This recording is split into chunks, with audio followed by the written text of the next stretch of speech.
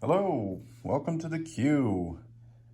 AnCanFra turn 2 of the BBR 1940 setup. We've got our purchases laid out here. Start with Anzac, artillery, infantry, and a transport for 14. And Canada, a artillery, infantry for 7. And your French purchase is in the middle there.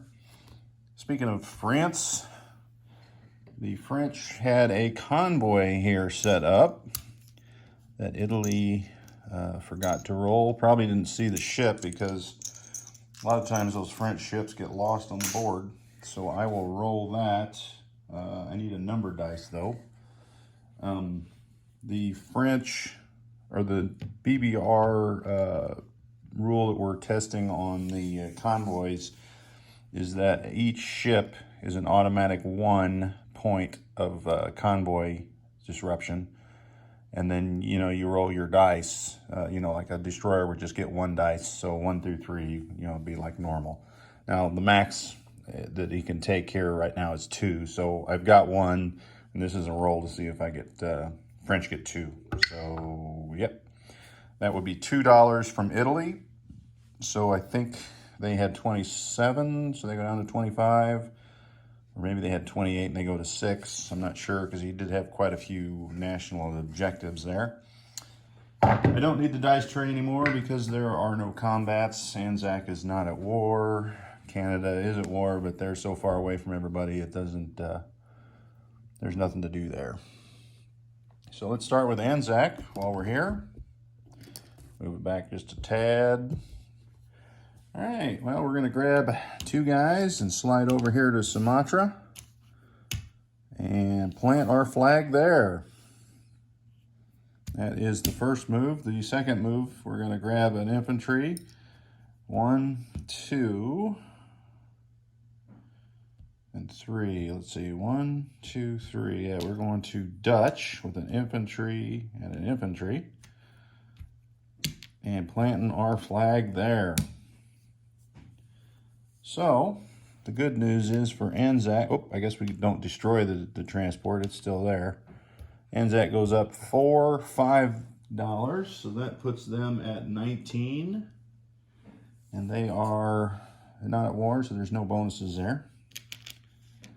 So Anzac will have $19, and we will place the transport, infantry, artillery in South Wales, transport in C-Zone 62. All right.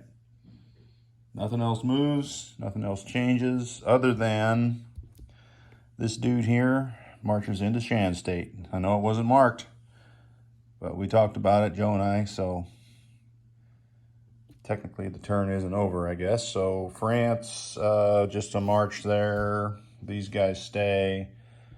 And as we're passing by, up here in London, we're going to disembark our Canadian infantry and tank. Thank you to British ocean liner there. We're going to load up infantry, artillery, and sail them across the sea and unload them in London. And Canada's purchase of infantry and artillery go here in Quebec. All right, well, that's pretty much it. Not a lot happening. Their turns are more exciting near the end of the game. So we'll do a recap now. And we've got in Quebec an infantry and artillery. C-Zone 109, a transport. Probably, that's such a big mess there in London. Canada has 4 infantry, a tank, and an artillery. France has 2 infantry and a fighter. And just for grins, Britain has 14 infantry, 5 anti-aircraft guns, 1 mech, and 3 fighters. That is quite a pile there. All right, scrolling down to French and Morocco. 1 French in Equatorial Africa, 1 French in Syria, 1 French destroyer in Sea Zone 80, Anzac infantry in Shan State, 2 infantry in Sumatra, and a transport in Sea Zone 41. We have 2 infantry in Dutch New Guinea and a transport in Sea Zone 45. The remainder of the forces haven't changed. Infantry, artillery, Northern Territory. Queensland, an anti-aircraft gun, 3 fighters. South Wales, anti-aircraft gun, infantry, artillery. New Zealand infantry.